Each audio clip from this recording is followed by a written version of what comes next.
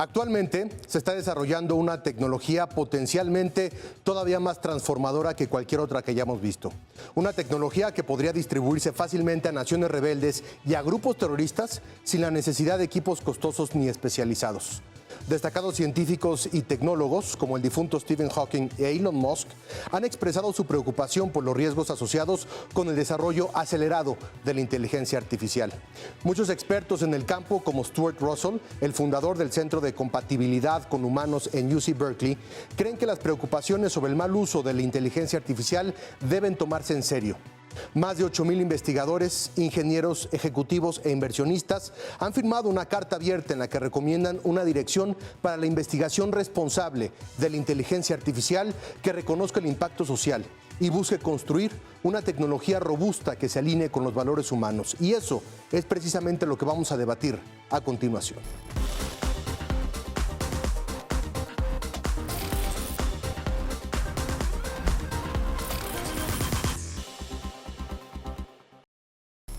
Pues bueno, vamos a entrarle de lleno a este tema, vamos a platicar, vamos a conversar, vamos a analizar lo que implica para nuestro país la entrada de la inteligencia artificial en el ámbito masivo, en el ámbito comercial, en el ámbito del día a día, una tecnología que genera mucha promesa, pero que también genera muchísima preocupación. Hoy tenemos a 4 invitados especialistas, cada uno en sus temas. Jonathan Mendoza, secretario de Protección de Datos Personales del INAI. Jonathan, muchas gracias por acompañarnos. Gracias.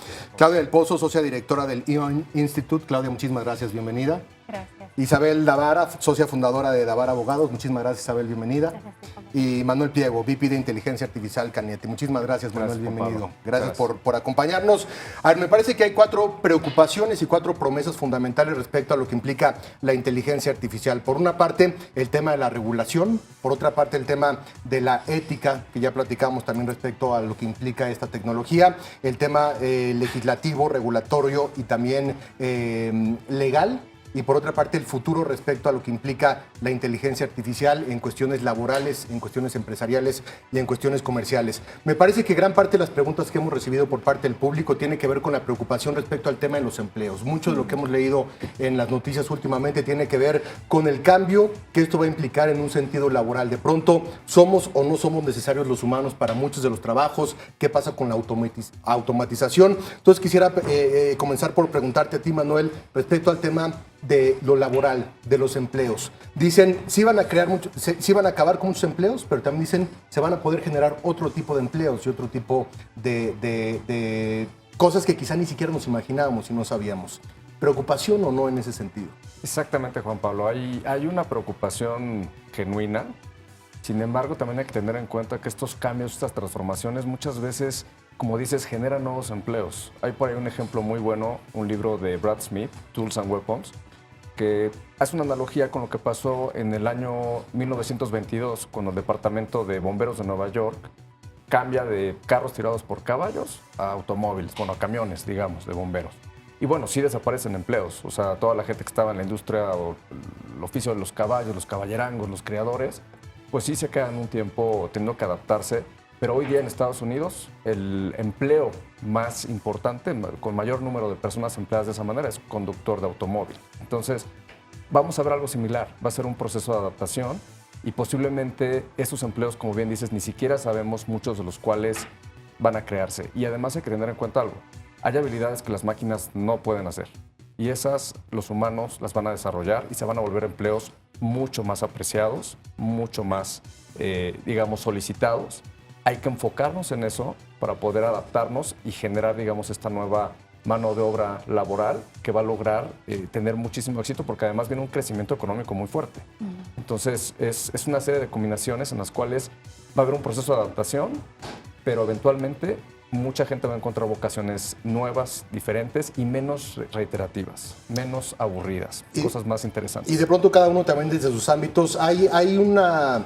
de pronto un pensamiento de proteccionismo, ¿no? De proteger los empleos o de darle algún tipo de proceso a los cambios y a las transiciones hacia las inteligencias artificiales. ¿Cabe aquí o no cabe el proteccionismo o estaríamos hablando más bien de un tema que hay que dejar seguir y que simplemente la tecnología, como los ejemplos que nos están dando, cambie lo que tengan que cambiar? Desde el punto de vista legal, yo creo, y de política pública, yo creo que hay que incentivar la innovación responsable. no podemos quedarnos atrás como país, no podemos prohibir la inteligencia artificial, porque además no podemos de una manera de no poder y no debemos. ¿Por qué? Porque los usos de la inteligencia artificial pueden ser muy beneficiosos. Hablar de una inteligencia aumentada respecto a los humanos y, como decía Manuel, tareas que a lo mejor son repetitivas, porque lo que las máquinas no van a poder hacer nunca son las partes de creatividad humana y de relación, interrelación social. Entonces hay que ir hacia esas habilidades de los humanos y enfocarnos en que tanto en el entorno laboral como en otros, en que ahí se pongan los incentivos. Ahora bien, no pararlo, porque en términos de mejora y de crecimiento como país y como sociedad tiene unos grandes beneficios. Evidentemente tiene riesgos, como habías planteado, pero desde el punto de vista legal la regulación tiene que ir a ver cómo, desde un enfoque de riesgos, cuáles son las herramientas. No nos olvidemos que estos son herramientas. ¿Cuáles son las herramientas que plantean un mayor riesgo para los valores fundamentales de la sociedad, del Estado de Derecho, de los valores de los derechos humanos que se defienden? Plantean esas herramientas de invasión en un montón de derechos que hay en peligro, pero sin pararlas. ¿Por qué? Porque además, si las paras, solo pones a la sociedad y al país en un estado de indefensión y de poco crecimiento y de pocos beneficios. Claudia, dice Isabel, no se puede y no se debe detener en ningún sentido. Estoy totalmente de acuerdo. No podemos parar, no podemos detenerlo, no tiene sentido en términos de competencia y puede traer muchas buenas cosas. La cuestión no es inteligencia artificial, sí o no, es inteligencia artificial, ¿cómo? Claro. Y creo que el tema de proteccionismo que mencionas tiene mucho que ver en ética con el concepto de tener un humano en el círculo, o sea, que todo sea centrado en el ser humano. ¿Cómo podemos asegurarnos que estos sistemas siempre sean acompañados? Entonces, muchas veces hablamos de automatización, ¿verdad? Pero en realidad, ¿qué tanto podemos automatizar todo? Más bien, ¿qué tanto deberíamos? Yo creo que algunas cosas es importante que un ser humano tome la decisión al final. Y ahí va a ser importante, yo creo, en las regulaciones, pasar este aspecto de la ética donde decimos la decisión final la toma un ser humano, no podemos quitarnos nuestra autonomía, nuestra independencia. Eso va a ser súper importante. Entrarle en ese sentido, Jonathan, al tema de la ética digital, de la ética en la tecnología y del centro, del humano en el centro, como lo estaba diciendo Claudia. ¿Qué hay respecto a esta ética tecnológica? ¿Cómo se puede manejar? ¿Se debe manejar localmente, estatalmente, internacionalmente? ¿Cómo plantear un piso parejo en cuanto a lo que implica la ética para el uso de la inteligencia artificial? Justo, Juan Pablo. No se trata de no usar tecnología, se trata de usarla conscientemente de manera responsable. La tecnología tiene que estar al servicio de la humanidad, no al revés, ¿no? Y en ese sentido, los marcos éticos digitales son muy útiles para evitar temas de discriminación, de sesgo, y algunas otras cuestiones para explicar a los usuarios cómo funciona este tipo de tecnología. Ahora hablamos de inteligencia artificial, pero después va a ser otra tecnología. O sea, no podemos ir regulando tecnología por tecnología. Va a cambiar en instantes, está sucediendo. Luego hablaremos de metaverso, de cómo confluyen diversas tecnologías en el metaverso. Tenemos que entender que la solución no está en una persona, la decisión no está en una regulación. Tenemos que formar parte de una conversación y empezar a hablar todos de la problemática, porque sí existe. Social y culturalmente estamos hiperconectados, pero no sabemos cuáles son.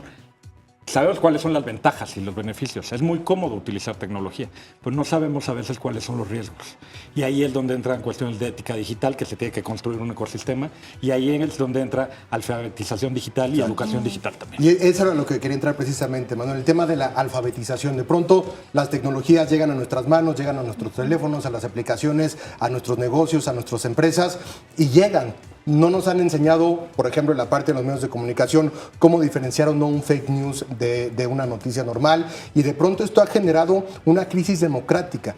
¿Qué tan importante y qué tanto hemos trabajado en el tema de la alfabetización digital y ahora con la inteligencia artificial quizá mayor o no? Pues sí, hay una brecha, sin duda, en educación en general y digital también la hay. Ahora, yo creo que la triple hélice puede ser parte de la solución cuando el gobierno, las empresas pueden con las universidades ponerse de acuerdo en buscar cuáles son ese tipo de cursos, el tipo de enseñanza que la gente tiene que tener ahora, ¿no? Porque si seguimos educando tradicionalmente como se venía haciendo, pues vamos a sacar una serie de egresados que no van a estar listos para la nueva realidad.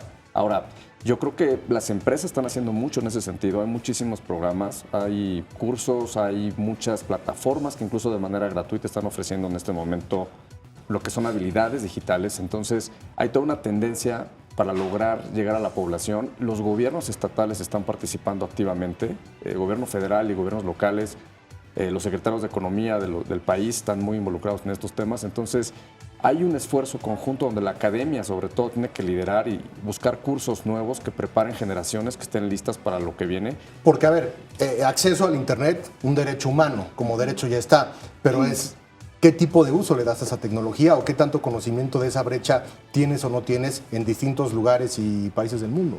Claro, en realidad estamos ante y lo planteabas tú, estábamos ante un universo. Nosotros hablábamos antes de entrar y desde el punto de vista legal siempre nos enseñaba en la carrera que el derecho va a remolque de la sociedad. Si eso te lo enseñaban hace décadas, ¿no? Imagínate ahora que era pues para que uno entendiera lo que pasaba en la sociedad y luego lo regularas, porque primero tienes que entenderlo.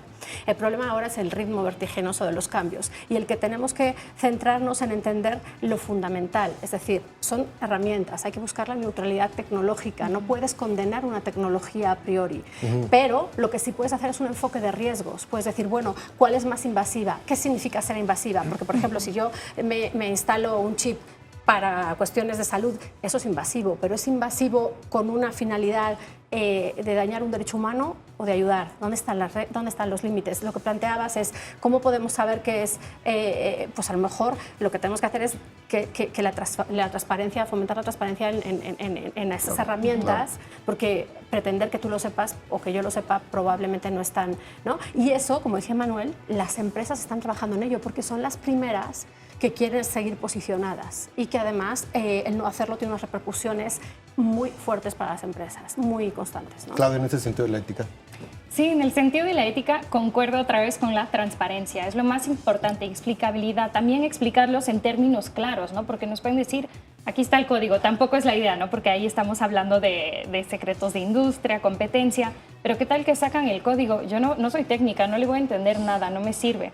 Entonces la idea es cómo podemos apoyar y ahora con los sistemas de IA generativa lo que está interesante es que veo una gran oportunidad. Primero, esta salida importante de los sistemas de IA generativa hace que estemos aquí hoy, que estemos conversando más el tema. Entonces, ahí que antes decíamos la inteligencia artificial, sí, nadie le quedaba muy claro qué es, pero ahora tenemos ejemplos concretos y creo que es el momento para compartir esa información de cómo funciona, cómo te puedes cuidar frente a esta nueva tecnología, porque, claro, hablemos de IA generativa, ayuda un montón en un montón de cosas, pero ¿cuánto se sabe del tema que, por ejemplo, pues, las respuestas de estos sistemas de inteligencia artificial no son basados en la verdad, son basados en probabilidades. Entonces, por eso escupe tonterías de vez en cuando. No podemos fiarnos al 100% en lo que dice. Y por otro lado, el tema de los sesgos. Las respuestas pueden ser muy sesgadas.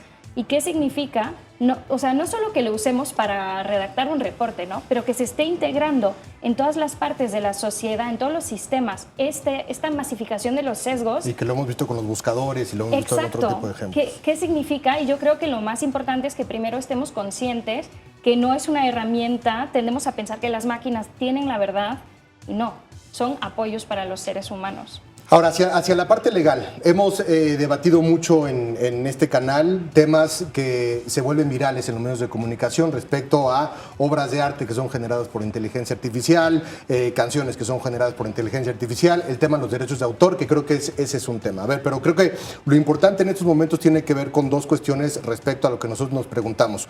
Uno, la regulación a nivel nacional y a nivel internacional, y por otra parte, este tema de vemos a diputados y a legisladores presentar iniciativas hechas con inteligencia artificial, ¿no? Con esta herramienta de ChatGPT, pero los peligros o incluso la constitucionalidad o no de ese tipo de prácticas.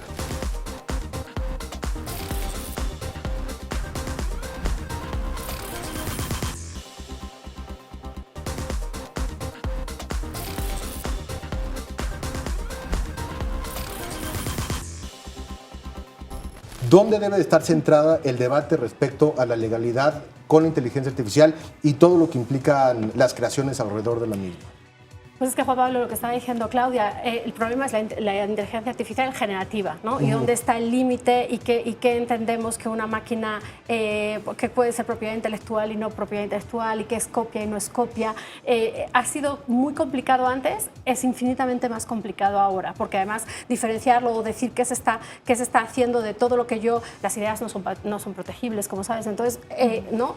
Entramos en un mundo nuevo, entramos en un mundo en el que todo lo que sabíamos, pero ojo, en un mundo nuevo en el que las estructuras jurídicas, en mi opinión, tradicionales que llevamos utilizando durante 2000 años van a seguir sirviendo. Solo hay que aplicarlas con las herramientas, porque esto es una herramienta y nuestro derecho es un derecho no formalista, es decir, el medio no importa. ¿Por qué no se cambió? ¿Por qué no hubo una revolución cuando fue el fax, por ejemplo? Porque, claro, la potencialidad de la herramienta como Internet pega mucho más, pero sigue siendo una herramienta. Pega en esos derechos que estabas diciendo, en esos y muchos más. O sea, en el derecho a una justicia equitativa, el derecho a protección de datos, por supuesto. Pega muchísimos derechos humanos, pero es una herramienta que además, como decía Claudia, como decía Manuel, como decía el secretario, hay que pensar que el hombre tiene que formar parte de esa herramienta. Cuando tú hablas de si un diputado utiliza la herramienta para presentar una iniciativa, bueno, pues tendremos que pensar que entonces si antes tenía 10 personas haciendo esa iniciativa, pues si ahora y conjuntando todos los proyectos que hay, ¿no? El de la Unión Europea, el de no sé qué, y pegando y haciendo ahí, pues ahora solo hace una herramienta, pues resulta que justo esa hora en la que haya un asesor parlamentario viendo el resultado de esa herramienta, esa hora valdrá 500 veces más y ese señor podrá trabajar 1 hora y irse a las otras 7 a su casa. Y eso es lo que daremos más valor a la creatividad humana y al esfuerzo y en las otras cosas tendremos un apoyo de una herramienta que va a presentar desafíos, como decía Manuel. Pues sí, hay una etapa de acostumbramiento, pero también podríamos plantearlo en que vamos a poder tener una vida mejor trabajando menos. Jonathan. Yo, Juan Pablo, la verdad me declaro en contra de regular cosas que no entendemos. Claro. O sea, todo el mundo habla de algoritmos, pero ¿quién sabe cómo funciona un algoritmo? Está de moda. Y hablar de inteligencia artificial y de más tecnologías disruptivas. Hay que entender el problema. Justo la senadora Alejandra Lagunes echó a andar una alianza nacional de inteligencia artificial el mes pasado que busca integrar a todos los actores con distintas perspectivas, con distintas experiencias, para probar la tecnología en la realidad y saber cómo atajar los problemas. No va a parar. O sea, ya hay jueces que resuelven asuntos con inteligencia artificial, jueces digitales.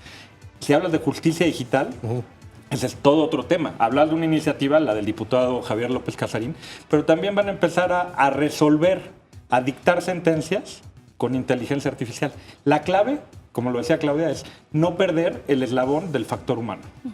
Si la semi-automatización, si tú automatizas todo el proceso, estás condenado a vivir con temas de sesgo y de inexactitud, porque lo que alimenta el algoritmo son datos buenos y datos malos. Así funciona el machine learning, en realidad, con todo lo que alimenta el sistema y te arroja resultados que pueden ser exactos o no. Manuel. Yo coincido con Isabel, con el secretario. O sea, la regulación no debe de irse contra la tecnología y contra la innovación. Al contrario, debe de fomentarla. El punto es que hay ciertos valores que hay que proteger y para eso es la regulación. La regulación no es mala, per se.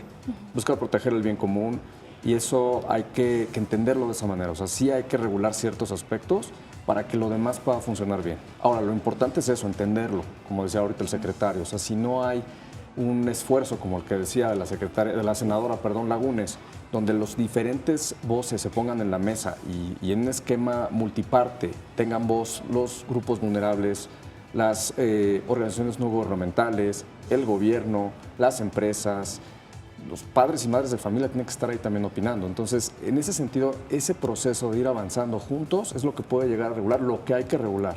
Y el ejemplo europeo pues es positivo, el que decía ahorita Isabel. O sea, están buscando un esquema basado en riesgos, donde lo que haya que prohibir se va a prohibir, porque es demasiado riesgoso, pero lo demás lo van a dejar funcionar, ¿no? El esquema de los sandboxes, el esquema de ciertos requerimientos que le van a pedir a la tecnología cuando representa algún tipo de riesgo, pero permitiendo que siga avanzando, o sea, basado en innovación. Nos quedan 2 minutos para cada uno para ir a las conclusiones. Es un tema complejo, profundo, con muchas aristas y con muchos trasfondos que no podemos abordar en 30 minutos. Pero quisiera empezar contigo, Claudia, con las conclusiones respecto a dos temas fundamentales. Por una parte, lo que decían respecto a la Unión Europea y la legislación que están proponiendo en los países y la preocupación que cada uno de ellos tiene respecto a lo que pueda suceder. Pero por otra parte, esta carta y esta advertencia que algunos empresarios de tecnología, el más conocido Elon Musk, que es considerado, pues a ver, es un tipo considerado un disruptor e innovador en su campo, que advierte en contra de la inteligencia artificial. Hay científicos y mentes brillantes que dicen no pasa nada, y hay científicos y mentes brillantes que dicen vamos a terminar como Terminator, que creo que eso engloba en un sentido muy superficial, pero de pronto no tanto, lo que puede suceder con la inteligencia artificial. Amenaza, oportunidad, entiendo que ahí están. ¿Tú de qué lado estás en ese debate? Estaría como tecnorealista, ¿no? Okay. O sea, yo creo que hay muchas oportunidades, pero no las vamos a poder alcanzar, no se van a democratizar si no usamos la inteligencia de forma responsable, si no regulamos de forma correcta. Se me hace súper interesante lo que está haciendo la Unión Europea, regulando según los riesgos.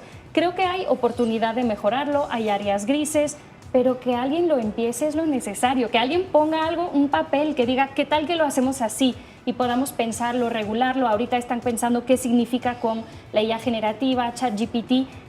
O sea, a mí me encanta que lo estén haciendo y que más países se puedan sumar a la conversación y ver cómo funciona en otros lados. Ahora, lo que sí quiero destacar, porque siento que en estas conversaciones siempre sentimos que México se queda para atrás, hablamos de la Unión Europea, pero me gustaría destacar una iniciativa que estamos llevando a cabo aquí en México con el apoyo del INAI, el secretario, donde estamos innovando la regulación tecnológica. Todos aquí hemos mencionado la importancia de la colaboración, ¿no? Entonces, ¿qué tal que en vez de decir el gobierno tiene que regular y quedarnos aquí esperando, la idea de esta iniciativa y lo que estamos haciendo es redactar una propuesta de marco normativo en torno a la transparencia y explicabilidad de inteligencia artificial? La creamos con varios expertos, con el Banco Interamericano de Desarrollo, con Meta, con el apoyo del INAI. Lo probamos con algunas empresas mexicanas que usan IA para sus sistemas y productos, nos dan retroalimentación, lo mejoramos, lo fortalecemos y generamos recomendaciones de política pública. Y la idea aquí no es decir, bueno, pues aquí está una propuesta de marco normativo. No, esto es un piloto de los muchos que se tienen que hacer para tener una regulación coherente, centrada en los seres humanos, que tenga sentido para la industria y que no, que promueva la innovación, eso sí. Entonces quería dejar ese punto que México va avanzando muy bien. Jonathan. Hay que socializar el tema, Juan Pablo. Para mí está la clave ahí. Justo las ventajas y las desventajas para que cada uno tome su decisión. O sea, hay que informar. A eso se refieren con transparencia cuando hablan de servicios digitales y de algoritmos. Pero hay que trasladarlo a un lenguaje que todos entendamos. Porque hablamos de tecnología y de regulación, pero no todo el mundo está involucrado en eso. En nuestro país y en Latinoamérica estamos acostumbrados a sobre-regular. Sí. Cualquier problema hay que solucionarlo con regulación. ¿Cuál? La que salga, ¿no? La que saque ChatGPT y si quieres después BART, ahora viene ese. O sea, vamos a empezar a hablar de distintas cosas y tenemos que tener un plan, una estrategia. Yo centraría, mi enfoque sería socializarlo y tener un plan. Isabel. No se nos olvide que los que estamos creando la inteligencia artificial somos nosotros, con lo cual lo podemos, si no perdemos esta idea de que nos van a controlar, será si les dejamos. Yo sé que es difícil lo que estoy diciendo, pero si no se nos olvida que nosotros lo podemos crear sin dejar de impulsar la innovación, porque si dejamos de impulsar la innovación, por eso la Unión Europea está regulando, porque no quiere quedarse atrás. Entonces, por mucho que cueste, no quiere quedarse atrás. Si tú prohíbes la inteligencia artificial, primero no puedes, pero si tú lo abres te quedas atrás como país y como continente. Entonces, no se puede, pero no se nos olvide que lo estamos haciendo. Entonces, tomemos la responsabilidad histórica de entender lo que está pasando para que cohabitemos con una herramienta que puede ser beneficiosa. Puede ser muy, a lo mejor usando el ejemplo de Manuel, si no hubiéramos puesto limitación de velocidad en las carreteras o si no tuvieran que hacer exámenes de licencia de conducir o si pudieras manejar borracho, yo sé que son ejemplos, pero si empezamos a pensar así, todo lo hemos ido regulando los humanos. Tenemos que hacer lo mismo. Esta es una herramienta que nos parece inabarcable. Bueno, está difícil, sentémonos, pensemos, hagamos sandboxes, hagamos estudios de prueba, ¿no? Localizados, hagamos alianzas entre academia, industria y gobierno, pues es el momento. Y además, lo bueno es que es una herramienta que se puede utilizar, quiero decir, en estas diferencias que tenemos entre regiones, podemos dar un salto cuántico utilizando la herramienta a nuestra disposición, ¿no? Manuel, terminamos contigo. Pues es un punto de inflexión, es un reto emocionantísimo para la humanidad y en la medida que la humanidad colabore, que trabajemos juntos y que busquemos soluciones, yo estoy muy emocionado por todos los avances que vienen, soy tecnopositivo y creo que hay que tener una actitud responsable. Eso es lo más importante, que se está revalorizando la ética, al ser humano, los derechos humanos, entonces estamos concientizando a los diferentes grupos y sectores de la importancia de las personas, pero con un avance que va a traer beneficios y una promesa enorme. Hay que trabajar juntos. Tecnopositivos y tecnorealistas y me gusta y me emociona cómo cerramos y quitar un poco, en la medida de lo que se puede, estos mitos de estos miedos, entender que se están haciendo cosas, entender que se están atendiendo, que hemos logrado superar como humanidad los retos que nos han presentado. Ya pasamos por revoluciones industriales y de otro tipo y aquí seguimos y seguimos innovando y esto parece ser, según lo que escucho por ustedes, no será diferente. Muchas gracias por acompañarnos. Espero que tengamos la oportunidad de seguir platicando acerca de este tema y que la gente, en esta alfabetización que también es necesaria, la difusión y la transparencia, pues pueda meterse más a estos temas. Muchas gracias, Manuel, Isabel. Gracias, Claudia. Gracias, Jonathan. Muy amables. Y después de haber escuchado a los expertos, podemos concluir que para evitar la historia, los formuladores de políticas en cuanto al tema de inteligencia artificial deberían comenzar a pensar en regular el desarrollo de esta inteligencia ahora que la comunidad misma está pidiendo una acción política. Al igual que con las tecnologías anteriores, la regulación bien estructurada puede mitigar las costosas externalidades, mientras que las medidas regulatorias mal informadas pueden interferir con el progreso. Los formuladores de políticas deben cooperar estrechamente con los investigadores para implementar protocolos que alineen a la inteligencia artificial con los valores humanos, sin ser una carga excesiva para los desarrolladores. El campo emergente de la seguridad de la inteligencia artificial ya ha comenzado a discutir pautas para abordar los peligros potenciales de esta tecnología. Se han realizado sesiones dedicadas a la seguridad y la ética en esta inteligencia artificial en las principales conferencias científicas y se han publicado varios libros y artículos sobre el tema. Al comprender las preocupaciones de los investigadores, los reguladores pueden abordar los peligros de la inteligencia artificial y los beneficios de esta tecnología que van a superar con creces a los riesgos. Yo soy Juan Pablo de Leo. Muchas gracias por habernos acompañado. Seguiremos discutiendo este tema en otras ocasiones.